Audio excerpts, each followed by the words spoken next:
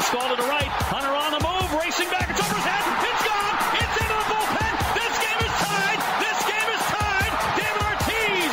David Ortiz. David Ortiz. This is Red Sox Beat on CLNS Radio. I think it would be a big statement if John Farrell started Travis Shaw on opening day, and I'd be totally cool with it, because I think it would. If that doesn't give Sandoval motivation to play better defense and play better, period, nothing will. I think they're going to make Jeter that first unanimous vote, and I hate that about baseball writers. If you belong in the Hall of Fame, you get voted in the Hall of Fame. Achievement or a new milestone. They don't just be like, yay, we signed this player, we're on a ceremony. Like, no. Now, to your hosts.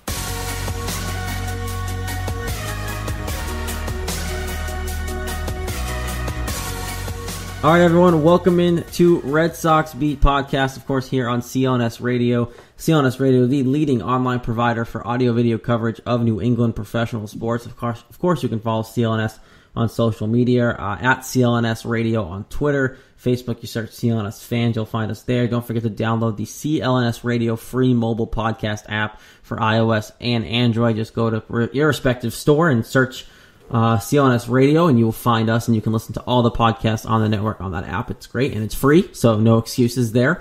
We're on Twitter at Red Sox_Beat. Facebook is Red Sox Beat Podcast. If you could rate, review, and subscribe to us on iTunes, because the season is here. It's opening day, and we are very excited about that, so we want to spread the word, get this podcast out there even more, and get it out of the depths of the winter months, as we're back to full hour episode. First one, all summer. We're back in the full swing. Jess is going to do a recap today of the one game we've had since we're recording this. But guys, it's exciting. It's back. It's finally here. I know my office was full of jerseys. I wore my Bogarts jersey to work today. It's just great. It's baseball's back, and it's amazing to finally have it. It's so much fun. I was head to toe in Red Sox gear. Even my workout pants are Red Sox. I had Red Sox workout shirt on, my hoodie, and then my zip up. I was just Red Sox head to toe, and it was just, I was happy all day. I was in the greatest mood. Yeah, and even more importantly, we were changing things up for the written coverage. We were doing basically audio coverage now, with audio recaps and notes and roundtables and news items, just getting off the ground. So if you want to hear a audio recap, Jess Thomas style, check out the website. Also, pregame notes. I did both of those today, so if you haven't heard enough of me, you can go listen to that too. But we'll all be doing that. So new exciting stuff for the written coverage that is turning into audio coverage. And so check out that.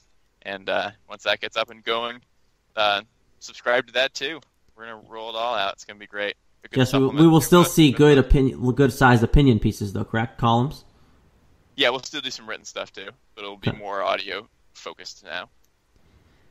I'm not mad. It's my style of life, so I don't really. That's a good thing for me. And definitely check out the roundtables. I know I'm going to be mixing, I think, myself in there as well. Plus, all the written people are now going to be doing that on their own, even without Jess. So, scary thing. People are learning new technology, so it'll be fun. I think it's good for where we're going as a website for sure. But the Red Sox today, guys, did win a baseball game, which is very exciting. 5-3 the final. Jess, quickly take us through it. We'll have our thoughts as well and break it down a little bit more, but just take us through kind of what happened in this game and recap it 2.0 style. Yeah. First beginning part of the game, first 4 innings was a pitching duel, if I ever saw one. Garrett Cole versus Rick Porcello. Porcello picked up right where he left off last season with his Cy Young season with 22 wins. He pitched 4 scoreless innings to start, actually more than that, but he started along with 4 with Garrett Cole. Porcello gave up 3 hits in the first 4 innings. Garrett Cole only gave up 1. They were both rolling. There was no offense to be heard of. And then all of a sudden in the 5th inning, the Red Sox exploded for 5 runs. He just totally fell apart. Cole did. And it started with a Jackie Bradley Jr. triple. He ripped a line drive triple off the very short right field wall. That started off the scoring because next batter, Pablo Sandoval, new and improved. He hit a hard grounder to deep shortstop, hustled it out, beat the throw to first base, and that scored Jackie Bradley Jr. So it was 1-0 at that point. And then Sandy Leon came up, laid down a gorgeous bunt that we're going to talk more about. Cole couldn't field it, and Bradley Jr.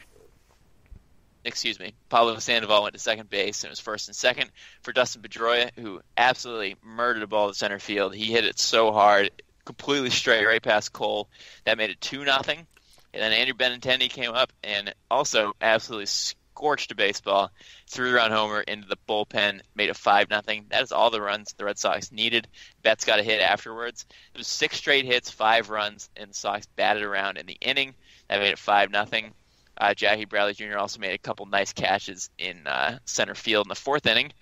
And Porcello didn't have any problems until the 7th inning. He pitched 6 scoreless, and then in the 7th inning, got into some trouble and gave up a couple runs. One of his own, it was an RBI single, and they took him out just to be sure. Matt Barnes came in and gave up 2 more runs of Porcello's RBI single, and then a sac fly, which could have been a lot worse. Benintendi made a nice jumping catch to just give him the 1 run instead of... That was a beautiful catch, might I add. Oh, it was great. Because they interviewed him.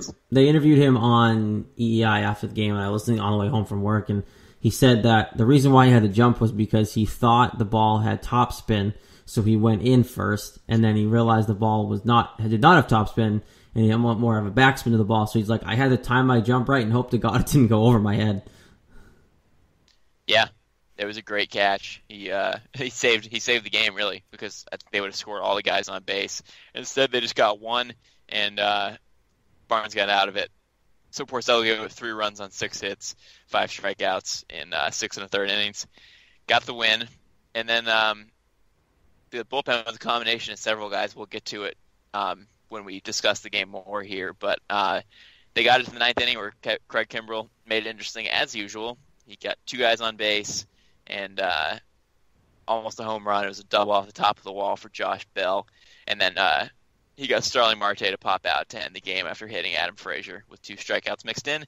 That was a ball game, 5-3, 10 hits for the Sox, 8 hits for the Pirates. So we'll dig into it more here, but a win's a win. 1 inning is all I needed, and good outing from Porcello. Yeah, I think that you watch this game as much as I could watch it. Obviously, I was working all day, but as much as I saw of it, Porcello did look good for the most part. He started off a little tough there, and I think maybe a little excited to be starting opening day, that sort of thing. He just missed a lot of balls high at first, but overall, not a terrible start from Porcello, not dominating by any means, but you got to cut him some slack. It's the first real start of the year, but overall, it was nice to not have it be 20 degrees for opening day. It was nice that it was a decent temperature game, and they don't play tomorrow, which would be nice considering it's supposed to rain all day. But I think overall, not a terrible game from the Red Sox. I think the ending was a little choppy. We'll get to that in a second with the bullpen, but I don't know what your thoughts are, Lauren, but overall, nothing to really be completely disappointed about or completely concerned about, seeing obviously it's opening day, but for the most part, they played pretty well as a team. Yeah, I mean, it was a beautiful day, beautiful game. It was just, it was good. And I know, I heard on the radio driving from work to work that this was the 19th time that Rick Porcello had gone at least 6 innings. And I was like, that's really reassuring to hear, considering how much we crapped on him this time 2 years ago. And it's, I mean, a lot can happen in a year, a lot can happen in 2 years. So, to hear that was definitely refreshing, and it was just nice to see, the offensive explosion. I know, the bunt that Sandy Leon laid down, we're going to talk about. It's just nice to have baseball back. So I'm just so happy. Well, let's talk about that bunt, because that bunt was something that I want to talk about, because I don't think enough people do that. One, why the hell are they putting the shift on Sandy Leon, first of all, because he's not that good of a hitter. So, I think now the shift as a whole in baseball is really overblown. It's really used way too much. Before, it used to be used on people like David Ortiz, where they only pulled the ball, and that was fine. But now I feel like every time someone has at all a tendency to pull the ball or is a lefty, I feel like they just put the shift on for whatever reason it may be.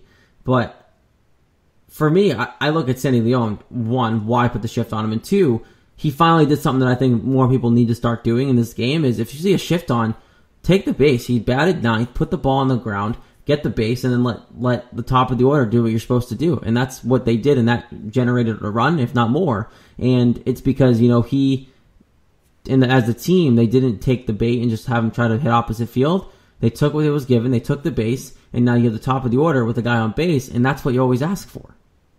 Honestly, Jared, I think that more guys don't do it because they're not confident in their bunting skills. Is really, I think, what the problem is. I don't think most of the guys in the league are proficient bunters, and you get Sandy coming up here, and he laid down an absolutely perfect bunt.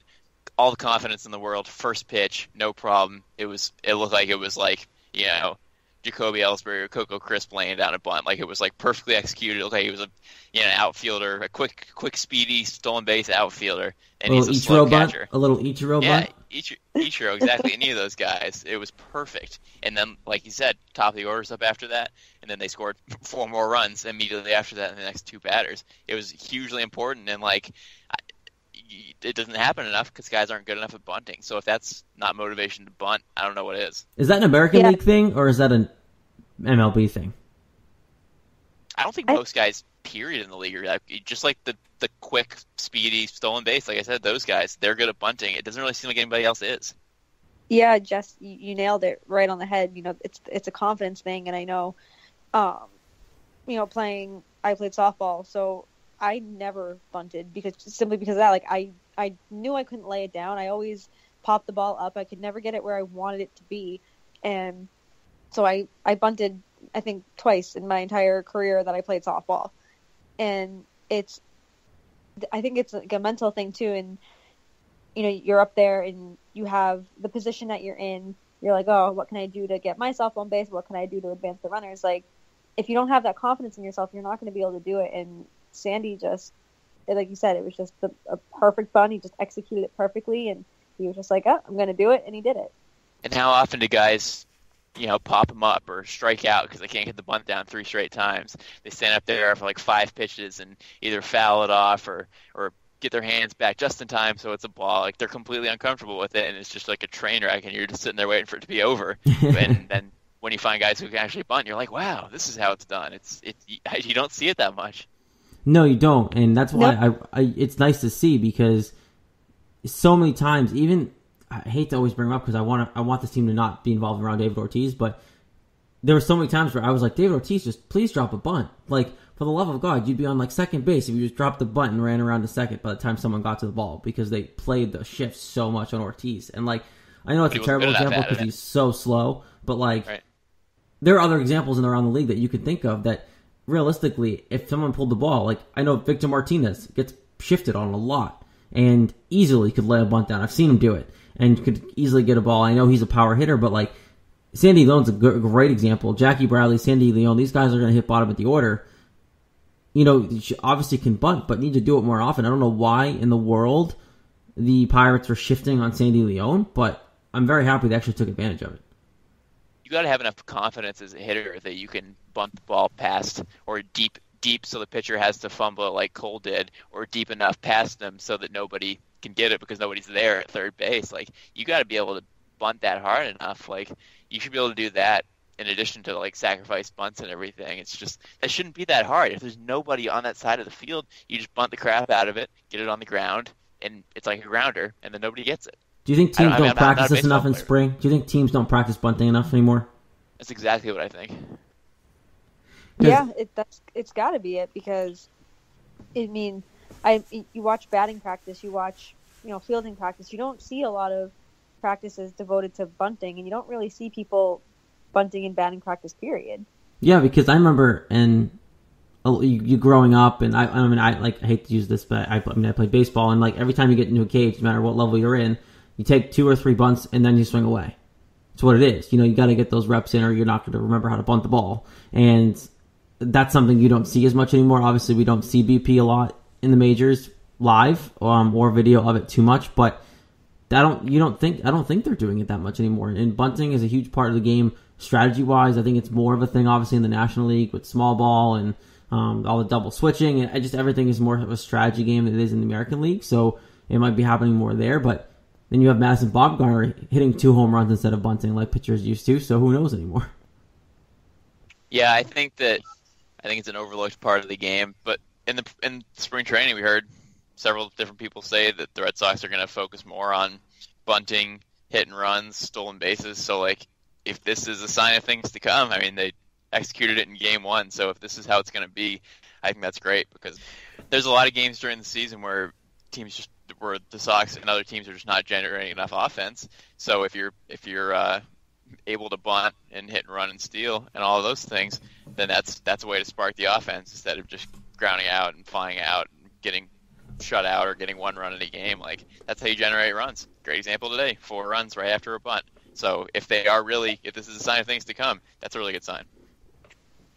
Yeah, and you want that to be the case, because little things like that, where you bunt, you get your first run in, because Pablo Sandoval actually hustled out a single, and then it led to the Benintendi homer and so forth. And it's just little things like that can spark a rally. You know, if think about it, if Sandy Leon didn't bunt, he probably grounds out to the shift.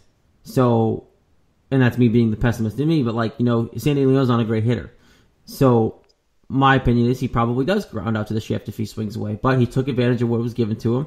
Let's Pedroia come up and do his thing, and there behold, now it leads to more and more runs, and you're up 5-0. So that little spark from bunting can do a lot, and I think the Red Sox are going to do more of that this year, like we've heard, because 1, you don't have David Ortiz in this lineup, so you got to generate runs other ways, and 2, you have a more well-rounded lineup this year. I think without the power-centered Ortiz in there, it sucks, but that being said, you have more of a well-rounded arsenal to use, so that's something to keep an eye on, of course. But then you go to the fact is, no, good. Sorry.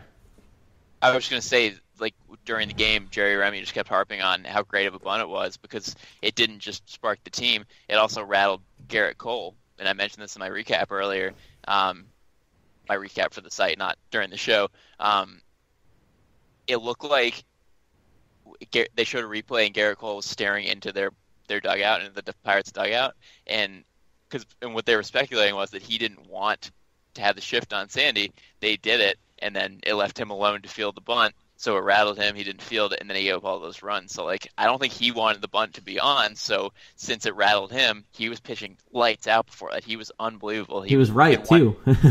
Yeah, and then boom, that happened. He completely fell apart and had a terrible game after a great start. So it didn't just spark the Red Sox. It also completely rattled a really good pitcher. So had multiple good things with it. Yeah, it's amazing what a little bunt can do to spark a huge, offensive explosion like that. Especially when, no one likes to be wrong, or no one likes to be right and not taken seriously. I guess you could better way to word it.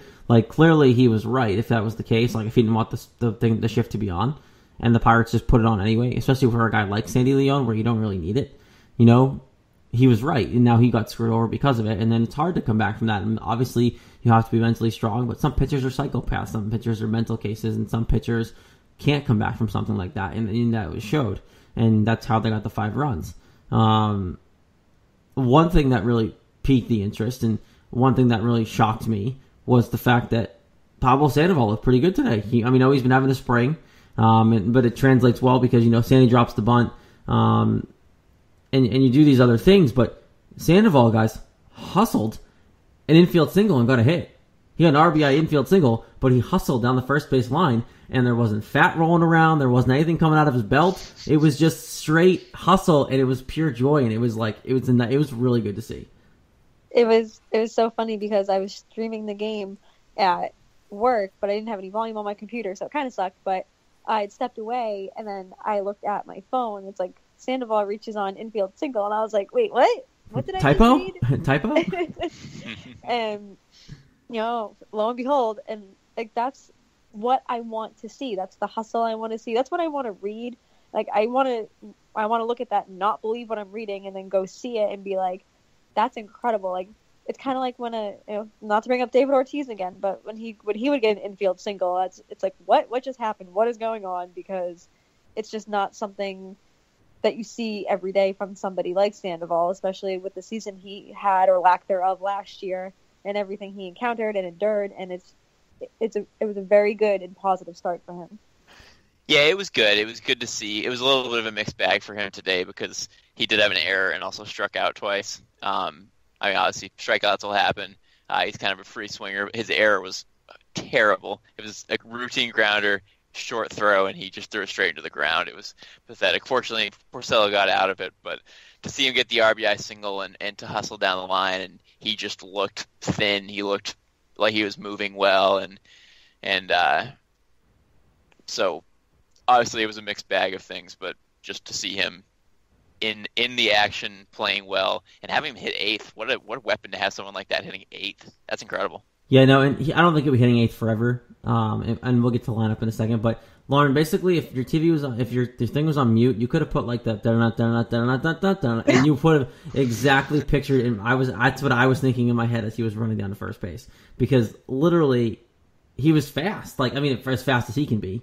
But I think it's a good sign of things to come, because obviously in spring he had to prove himself to even get the job. But we've seen in past he could have easily not hustled that ball out. He's done things like that in the past. He's more of a postseason guy. He just goes through the motions. He is here to play, and I think this is going to be a big year for him. Yeah, it was definitely good to see. I mean, you could see that he was into the action. He was hustling. He wanted to win. So, the other stuff aside, he didn't play last year. He hasn't played in a long time, and I read that his throws were kind of off in spring training. So it's the first game. Like, I'm sure he'll get more accurate. So I'm not really worried about the error and the strikeouts. But just to see him actively involved with the game, that's obviously what we're looking for in the first week or two of the season, because that's what he wasn't doing before. So all the bad stuff aside, I'm definitely encouraged by his hustle.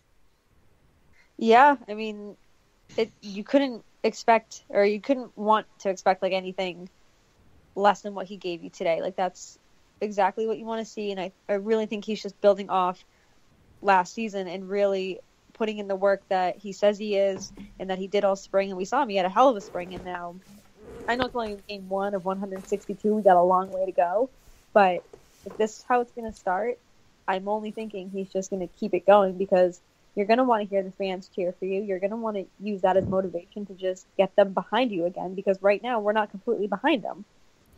He was embarrassing. He was an embarrassment to the team the last 2 years. So you can only go up from here, and you think nobody more than him would want him to play well, because this is a tough place to play, and he's been a huge flop so far. So if he's got any motivation from what Hanley did last year, because he literally did the exact same thing that Sandoval's trying to do this year. So if he's not motivated this year, he's never going to be motivated. So this is the time.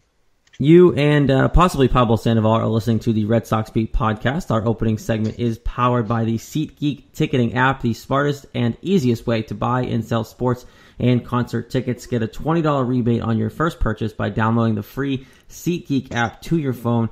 Go to the settings tab and click add a promo code and enter the code Guardian Report, all one word, for a $20 rebate. And so SeatGeek knows who sent you. Of course, Red Sox tickets, Celtics tickets, other tickets if you're listening to us around the country and the world. Anybody, just let's put that Garden Report promo code in. We'll help you out there. I hope Pablo Sandoval's listening. That'd be sweet. That being said, this game had a lot to offer. Sandoval did some good things. Sandy Leon obviously with the bunt. Let's get to Andrew Benintendi, because the idea of him intrigued me, because hitting second obviously isn't a problem with me. It weirded me out at first because it's been Bogaerts' situation. I thought Bogaerts was going to hit second, even fifth for that matter. And we'll get to that, and that's where I want to go with this. But first, Andrew Benintendi, 3-run ding dong and a great catch that saves the game. This guy does not seem fazed by being a major leaguer. One, if he doesn't win Rookie of the Year, I'll be shocked. And two, this guy's poised to be a really, really, really special player. Yeah, I mean, I was big on him last year, and I knew he was something special, and I'll go back to it 100 times over with his plate patience. And you don't see that a lot in 30-year-olds, never mind a 22-year-old kid who's just coming through the majors like la-di-da-di. I'm just going to skip AAA, just come right up. And we saw great catches from him last year, too, that one catch over the wall. And just to see what he's doing this early is just, and like you said, Jared, I mean, I think he'll win Rookie of the Year, too. Again, it's game 1 of the 9 more months of baseball that we have to look forward to. But he's a top prospect in baseball for a reason, too. Oh, absolutely. And it's very encouraging from this first game, what we've seen from him. I think he's just like an old soul. He's just wise beyond his years, and which is extremely good. I'm just worried. I would hate for him to hit his prime now and then kind of fade out when he's 25 and 26, and we're like, oh, God, what are we doing with this guy? That's my only fear with him. Yeah, when you get that much excitement and hype early on and you're that good, that's always a possibility for sure. Yeah, he kind of reminds me of Betts in the way that just ran through the minor leagues and just doesn't seem like fazed by anything. He's like, oh, I'm hitting a Fenway Park in the 2 slot on opening day. Cool, I'll go hit a home run. He's just like totally cool. Doesn't feel like he's too big for the moment. He just goes out there and plays and does well, which is exactly what Betts did and has done. And you see where he is now. So I think they're really similar in that way. They don't feel any pressure. They just know they're good baseball players and they just play, which you don't see very often, especially at that young. And the fact that the Sox have both of those guys in the same outfield is kind of a terrifying thought. I think does it also help them? I personally do think that these guys came up playing together.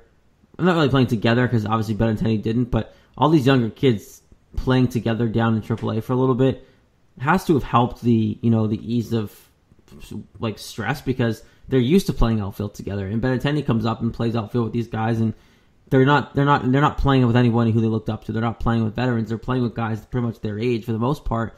That has to kind of take away some of the stress because you trust these guys because they're your age.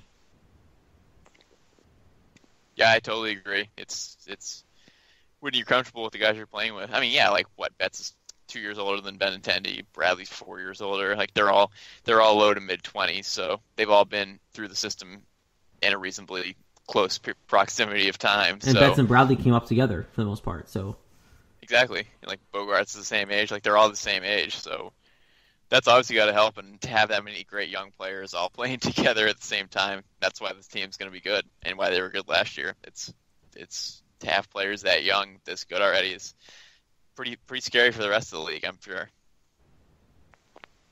Yeah, I mean, I was talking about this today with my friend Brittany, just how scary this team, like this outfield, let alone this whole team can be. And just, I think we kind of touched on it last night, this lineup and everything on paper is just stacked. And I'm just so excited. I just want to see what everyone can do, and I want to see what's going to happen. I wish I could see the future, but I'm kind of glad I can't because I would know who's going to win the World Series. But that's no fun. That's no fun at all. Come on now. That would take away from all our bold predictions, but it's just this outfield. I'm just completely amazed by this outfield. And like you said, they're so young. They're younger than me, and that's really weird to put into perspective. Where I think I'm still young, I know that, but I'm like, yeah, these kids are 22, 23, 24, and I was like, like they'll make more money in a day than I'll ever make in my lifetime. Don't get too down on yourself. Yeah, seriously. That's true. They could make a good chunk of change, and they're not even on their big deals yet. They're still on their entry level deals. I wanted to ask you guys this real quick because we're talking about the youth of this team. Do you guys think, and this is something that some people point out, but does this team have a 3-year window, or does this team have more than a 3-year window to win a championship? Oh, way more.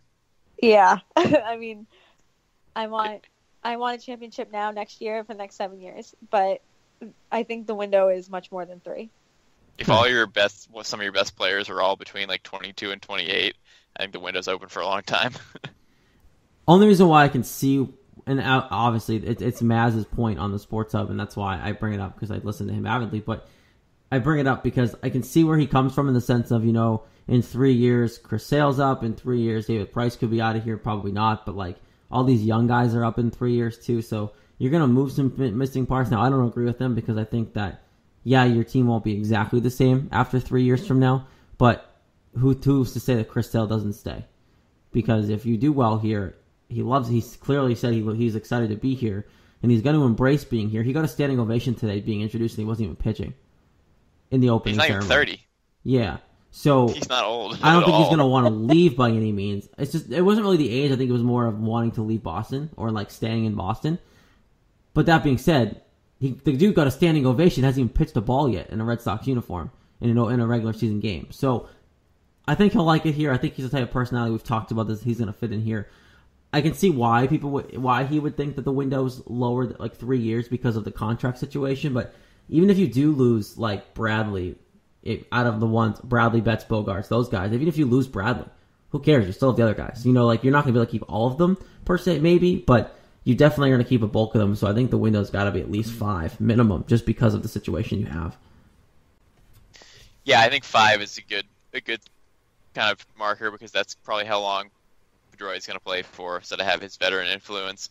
I think the biggest problem would be pitching, obviously, as it always is. But I don't think Price is going to be here that long because I feel like he's going to opt out because he hates it here because he can't deal with it. So, but that could probably help the team. We don't need his. Can he opt out? Well, yeah, because he got hurt. Right? I don't think he can though. Does that matter? There's a clause in his contract. I think it keeps coming up now. He's not going to opt out because he got hurt. Oh, well. Fancy that. Well, if he does opt out, if he's able to, I think he will because he hates it here. So I think he'll be better off for it. He can't handle Boston. He's just a distraction, and I don't know how much he's going to do here. We'll hope, but for the team's sake. So I don't know how long he's going to be around, but if Porcello keeps doing this and Sale, and you slot in some younger guys, and obviously the offense is going to be the focal point, but if you can get your pitching to be good enough, then I don't see why they can't be good for a long time. Yeah, that's what I'm hoping. That'd be nice because I want to sit here and talk Red Sox wins, not Red Sox losses. So that would be very nice, especially if they're a World Series here. They're probably top 4 teams in baseball based off the odds right now. I never agree with Jess Mendoza, but I was watching Sunday Night Baseball, and she actually picked the Red Sox to win the World Series.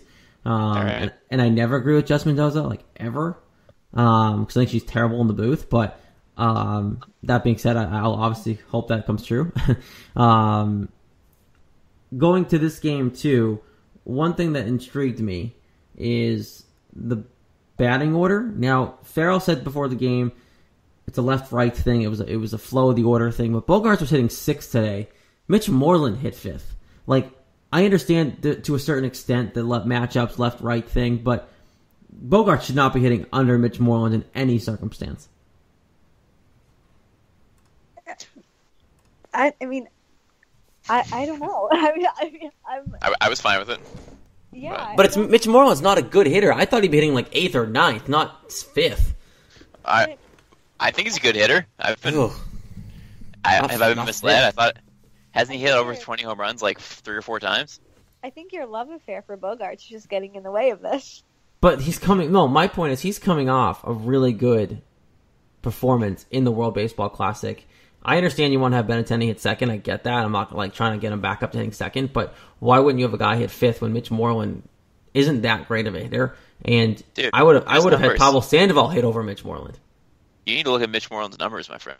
I don't think you're giving him enough credit. I can crap. understand why you'd want him to be batting 8th, maybe not 9th, but Sandy Leon could say 9th. That's fine. He's not a good hitter at all. So, but I don't think you're giving him enough credit. I think you're just kind of jumping the gun here. Yeah, Moreland hit 22 homers last year, 23 the year before, 23 2 years before that, 15, 16. His average isn't good, but he's got power and he's gotten enough RBI to be serviceable. A couple of our writers' bold predictions picked him to hit like 30 home runs. So I don't think you're giving the guy enough credit. Yeah, probably not. But I'd rather have the average higher. Oh, we convinced you now? Have we? I'm probably not giving him enough credit. But wow. I don't know. My first reaction to that was just a little confused. Now, I get it. You can make a case for it. I'm not going to go too much. I'm not going to twist my own panties in a wad here. I'm not going to go that far. But I just think that it was a bad decision. I didn't obviously hurt them by any means, but I don't think Moreland's is that good at the plate anyway. He has power, obviously. He's always had power because he's a bigger dude. And he's a first baseman. They just naturally have power because they're all big dudes. But he came here for his glove. He didn't come here to hit 5th in the lineup. So that's going to end up changing. But one thing... I don't know. I think it's good because that way managers can't really feel comfortable bringing in relievers. They're going to be bringing in for one guy because you got right, left, right in the first 6 batters. So I think it worked for that sense. Moreland's good enough to be in that position to make that left-right thing work. So I think it was a good idea. So do you guys think that it was justified? Because I would have even thought Sandoval would have hit higher than Moreland because Sandoval, I think, had a really good spring. And I don't know if they put him down there just because of pressure and he hasn't really proven anything. And I get that, obviously get that argument. But do you guys think that Sandoval deserved to hit higher in the lineup? Or? I'm fine with the lineup. I don't think Sandoval expected to come in and just kind of, bat 4th or wherever. Especially when in his situation, Sandoval's got to come back and kind of prove his point or prove his worth, really, and figure out where he belongs in the lineup. And it clearly worked today. So, if Farrell sticks with it for Wednesday or the series or whatever, it's kind of like if it's not broke, don't fix it. I think they're definitely easing Sandoval in. That hitting him eighth is definitely suggesting that because, like you said, Lauren, Farrell's not just throwing him in fourth or fifth or third or whatever. So they're definitely easing him in. But like I said earlier, having him at eighth is just makes your lineup better because he's hitting lower. I mean, really, when your lineup's as good as this lineup is, anybody can really hit anywhere. I don't think it really matters because you got good guys 1 through 9. One question for you guys, not Bogarts related. Do you guys think Pedroia is your leadoff hitter all year? Yeah, I don't see why not. 10, yeah. Yep. Like I said, 9 times out of 10, I think he's going to be in that spot. I like him there, and I think he likes it too. And it gives him a chance to get on base and just be aggressive early. Yeah, he seems comfortable with it, which is the most important thing. And comfortable and liking are two different things. I don't think he likes it. He's come out and said he hates it. Just saying. But I agree. I not like it. I mean, you get to lead off the game, you get to start it. I mean, obviously your RBI numbers might be a little down if in a normal situation, but with such a good bottom of the lineup that he probably will have RBI opportunities. He had one today, and he got one. So I don't think he has a problem with it. I think. I mean, he said he doesn't like it. He's come out and said that, but I don't think he's ever going to complain too much because he does what's better for the team, and he's going to hit leadoff most of this year because as much as he doesn't like to hit leadoff, he's good at it, and he gets on base, and that's the point of that. And you can't be having Mookie Betts hit leadoff when he hits the way he does now. All of a sudden, he got power last year, and it came out of nowhere. So Mookie Betts isn't. I always thought Mookie Betts would have been your leadoff hitter forever, but he came out of nowhere. And maybe someday Benintendi does hit first. Maybe they switch that. But as of right now, Pedroia is a case in point, a clear cut leadoff hitter. But I just think overall, you've seen reports he doesn't enjoy it in terms of the sense of he doesn't feel like he's comfortable 100% there. But obviously he does well wherever you put him, so I don't think he's going to complain too much. But I know you guys don't like to complain about John Farrell and his decisions, but the bullpen situation, and I know we want to touch on this too. In the lineup, it's hard to me to give. I mean, I'll always give crap on John Farrell as much as I can in the lineup. It's day one, so I'm not going to harp on it too much. But one question I know that intrigued you guys too is why in the world didn't Joe Kelly pitch in the 8th inning today when he basically is on this team without Carson Smith there or Thornburg there? The 8th inning should have been Joe Kelly's, and I don't understand why it wasn't. I wish I had an answer for you. Like, I wish I could have been a fly in the wall. I wish I could have been in Farrell's head or anyone's head. I wish I could have been in Joe Kelly's head when he wasn't called for the 8th. I don't know. I don't know if there's any particular reason. We've seen Farrell do some weird things. We've seen weirder things happen with Farrell. We've seen Stephen Wright pinch run. So I don't really know. I don't know if it's just Farrell being Farrell, I guess you could say, or if he wanted to go with Robbie Scott over Kelly for XYZ reasons. I don't know. I'm very dumbfounded by this. Yeah, I don't know. It seemed like they wanted him to be their guy. Maybe they don't have as much confidence in him as we think they do. I mean, obviously 2 guys, Scott and Hembree, both splitting the 8th inning. Instead of just having one guy, maybe it was a matchup thing. That's kind of my only guess is that it would be a matchup thing.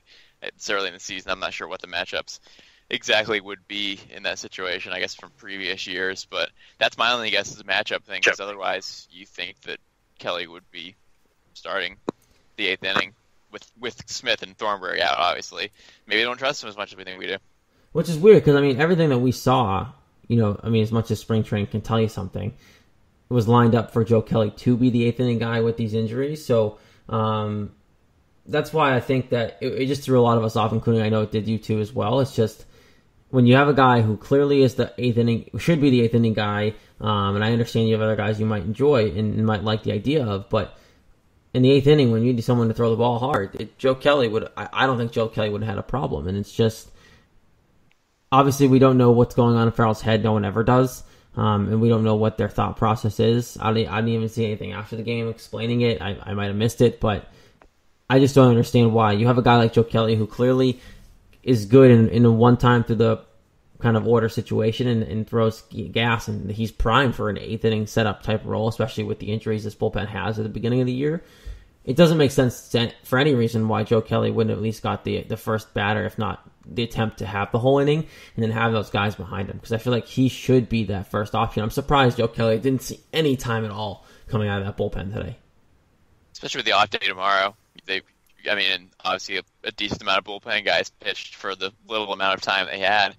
So that makes it even stranger. I guess we can make a decision next week about it, because obviously one game isn't really enough to determine if he keeps doing this and bringing in Scott and Hembry or Barnes or whatever in the 8th inning, and Kelly keeps not pitching, then obviously something's wrong. For one game, it's a little hard to judge, but we'll see if this becomes a trend.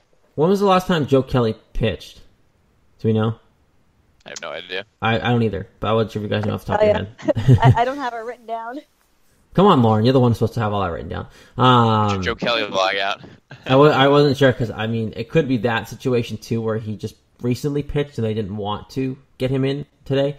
But I can't imagine it was a maintenance situation, because, again, they have a day off tomorrow built into the schedule every year. The day after opening day is the day off, so I can't imagine. I want to hate that, by the way, but I can't imagine that would be a situation. Yeah, I don't know. You would have expected him to pitch as many pitches as he could with the off day, but maybe he's looking to do that on Wednesday instead, which makes no sense because they play Thursday. But yeah, I'm interested to see if it becomes a trend. That'll be all I need to know for now. Maybe it was just like an outlier, but what's a little weird. Yeah, maybe I'll get to see Chris Sale and Joe Kelly on Wednesday. Maybe I'll just. That'd be great. And then maybe Brian Johnson will come out of nowhere out of AAA and just make your day. That would just be great. He can hang out. He can with me. I should get my tickets right now, because I'm sure he's listening. I'll tell him where I'm sitting. Oh man. Okay, so before we move on to MLB stuff and get through MLB headlines and kind of talk about, because I do want to talk about the opening games and especially Madision Bumgarner, but just one game can't tell a story. But if this game did tell a story of how this season would go, how's this season going? If you based it off today's game. Well, I think bullpen might be a little bit of a concern just with Barnes coming in and giving up some runs, but they were Porcello's runs. So if he came in at the beginning of the inning, maybe it would be different. And the rest of them looked pretty good. Obviously, Kimbrel was a little shaky, as he was several different times last year. So maybe a concern with the bullpen. Hard to tell in one game, but offense looks good, pitching looks good. So I'd say, the game went as well as it could possibly go until the 7th inning. So I'm very encouraged. Yeah, I'm definitely encouraged too. Kimbrel kind of got my blood pressure a little high. A little shaky. Last season. He's good at that. And I was watching the very end of the game at work, and I'm like, oh God, here we go again, and it's only game 1. And then, you got out of it, and I was like, oh, thank God. But, it's the first game. I liked what I saw. I was kind of hoping Porcello could get a complete game, but I know his pitch count got kind of high later in the innings. I know he gave up the 3 earned runs, so it was encouraging. It was positive. I thought the chemistry looked good. I thought the bats looked good. And it was just, overall, I'm taking a lot more positives than negatives, because I can't really find too many negatives in this game. Yeah, I look at this game, and it kind of sends the script of the storylines coming into the year. With the injuries, the bullpen's has been an issue. Rick Porcello is one of the leaders on this staff, and you saw him pitch pretty well today. And I think Kimbrel, which we didn't touch on too much, but Kimbrel was shaky. And watching him reminds me of how I used to feel watching Papelbon half the time. It was just freaking out. You can't throw strikes all the time, and it wasn't easy. And I don't know if Papelbon's ever going to... not Papelbon. See, they're one and the same to me. I don't know if Kimbrel's ever going to get back to what he was with the Braves, but he was very shaky today. I know he was throwing 9-9 and painting the corner. I don't know why he was even trying to throw his breaking ball, but I think this game overall shows, what this team is. A good team bullpen questions when the injuries are there, but overall, a pretty good team. And obviously, the injuries aside, they'll have to see how they stay afloat with the situation at hand. Who knows when David Price is coming back, Thornburg, Carson Smith, those guys are going to add value to the bullpen when they get back and are ready to go. So staying afloat in April is going to be huge for them and just playing well, and I think they have the team to do that. And then once those guys come back, the sky's the limit, I think, with a healthy bullpen. And even if David Price does take a little longer, I think with a healthy bullpen, you'll be okay. So obviously, it's very exciting to have baseball in the air, but it is time to talk about the boatload of money you can make this week betting at mybookie.ag. If you haven't checked them out yet, this is the perfect time to get into the action. It's madness time. It's March into April. The finals are here. Lay down some money and score big on college hoops. Join me and thousands of online players and start betting at mybookie.ag. Are you sick and tired of getting the runaround when you ask for a payout? Come join MyBookie today. I would recommend only a service that's been good to me and our listeners. That's why I urge you to make your way to MyBookie. You win, they pay, fast and without any hassles whatsoever. You're wasting your time betting anywhere else. They even have in-game betting, so you can live after the tip-off. You're able to bet after that happens, which is amazing. So join now, and MyBookie will match your first deposit with a 50% bonus. That's right. If you join with $100, you'll get an extra $50 bankroll to play with. Use our promo code SOX50, that's SOX50, to activate the offer. Visit MyBookie today or call 844-900-BETS, B-E-T-S. Play, win, and get paid. And of course, it's good past, obviously, the tournament as well. There's a national championship happening and so on and so forth. Definitely go check out MyBookie for sure. A lot going on. Obviously, we break down the Red Sox a lot as the first game happens. We're just so excited to talk baseball, real baseball. But there's other stuff going on around the league as well. First, guys, have to talk about Madision Bumgarner for the Giants. Had a no-hitter going into the sixth. Got broken up. He had a perfect game, I think Lauren said before we started the show, going into the fifth inning. And on top of that, had 2 homers in back-to-back at-bats. This guy, does not stop. I really do wish he would do the home run derby. Because seriously, he would probably do pretty well.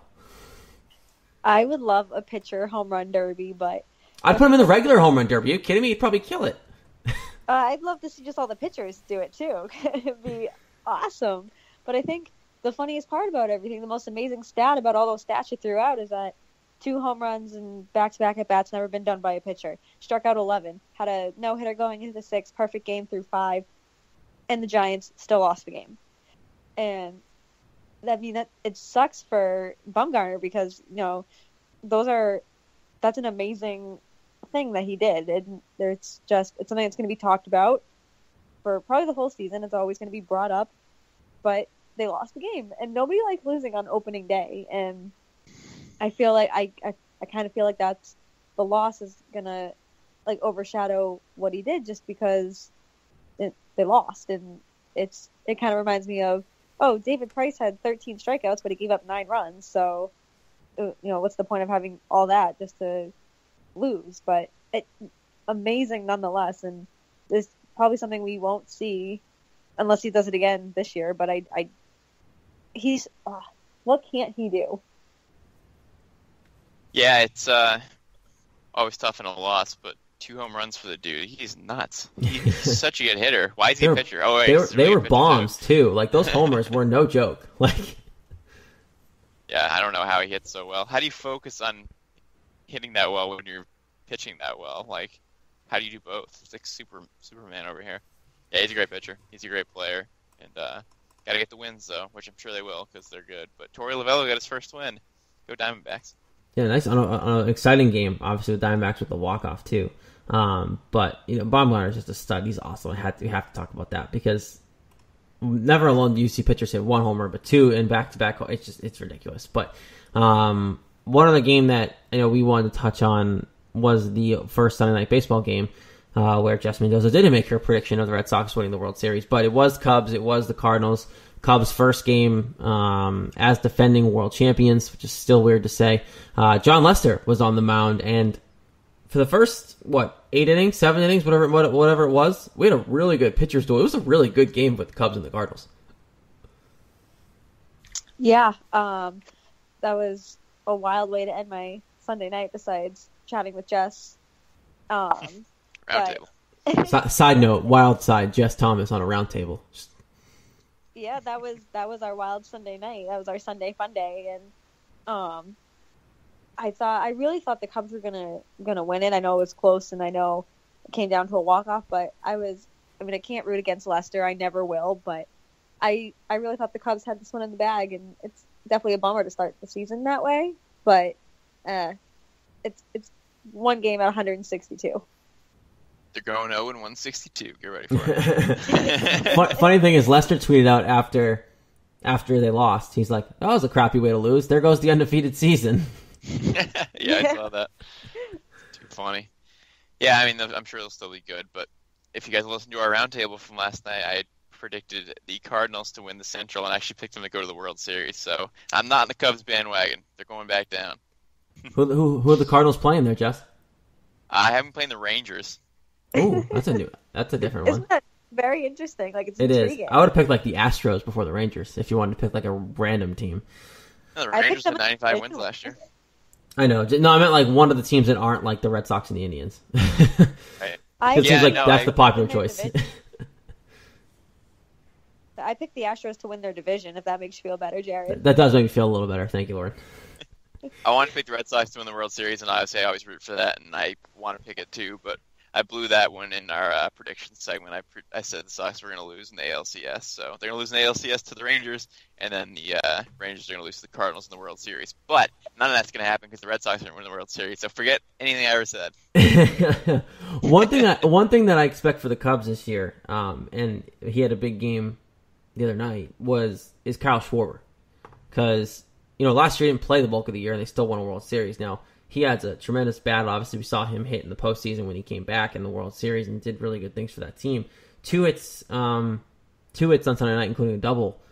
Sky's the limit for this team, especially when he's actually in the lineup for the entire season. You mean 0 and 162 is the limit? Yep, exactly. Is that what you said? Yep, yeah, exactly. You read my mind. Did I hear you wrong? Yeah. Yes, they'll be good, I'm sure, but they're not going to be as good as last year, and they're not going to win the championship. Mark it down. I mean, how hard is it to go back to back? Like, it's pretty hard to go back to back in baseball. Right, the Red Sox didn't even do it. It's hard to go back to back in any sport, but like, unless you're in the NBA, because then it's like kind of parity at that point. But especially baseball, it's hard. Yeah, I look at the Cubs. There's so many games, there's so many teams. It's just hard to go back to back. I think the Cubs will be good this year. But watching this game, I think that the pitching really kind of helped out throughout the entire game. It was just a fun pitcher's duel to watch, and it was fun to watch Lester do his thing, because I missed watching him do his thing in a Red Sox uniform. Idiot ownership and GMs. One more thing before we get out of here, before I complete going at our ownership again. There was an article. Where was the article on Yoan Moncada? I believe it was Sports Illustrated. Was it Sports Illustrated? Yeah. Yoan Moncada supposedly didn't do anything really well here in terms of learning from the veterans and basically doing all the little things you want your, let's say, younger players, your up and coming players to do with veterans. This guy apparently didn't do any of it.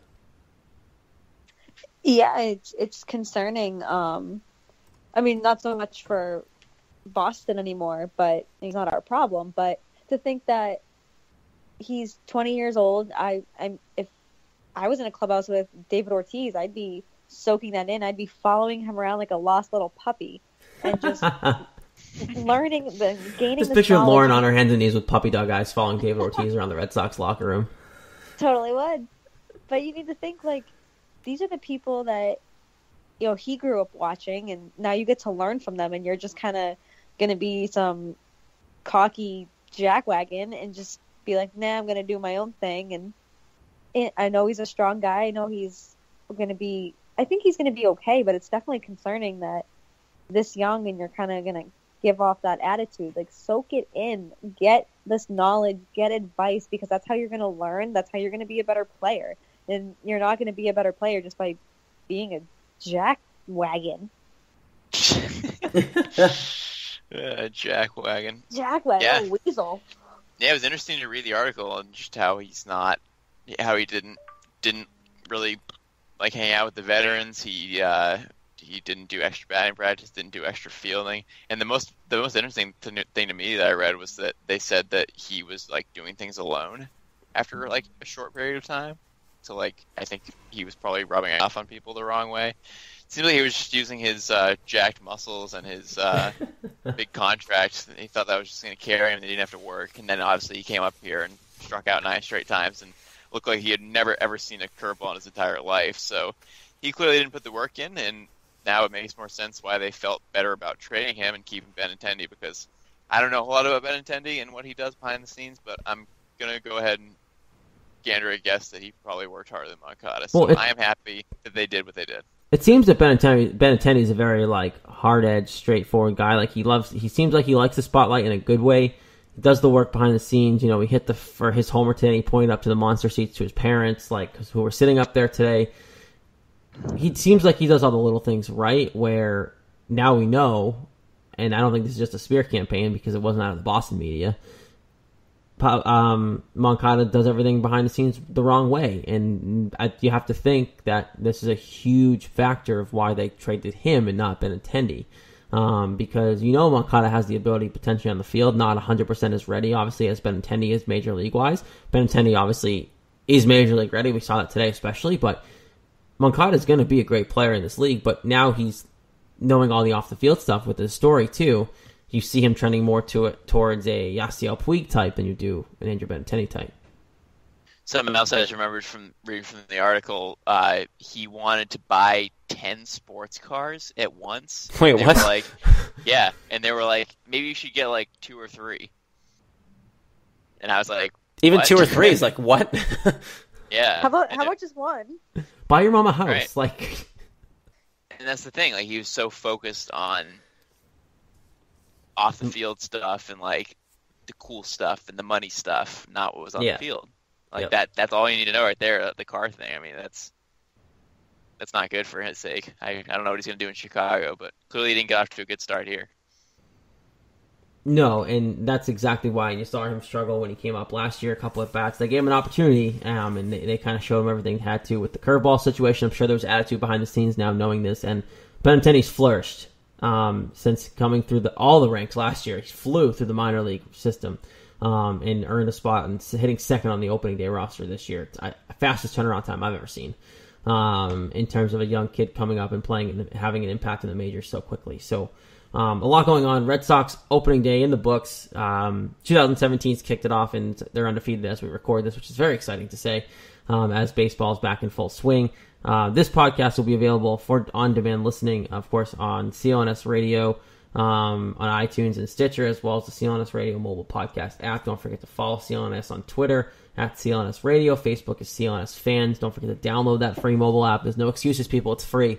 And you can listen to all the podcasts on the network there. So search for CLNS on the iOS or Android store or the Google Play Store, wherever you may be, as well as us on Twitter at Red Sox_beat. Facebook is Red Sox Beat Podcast, of course.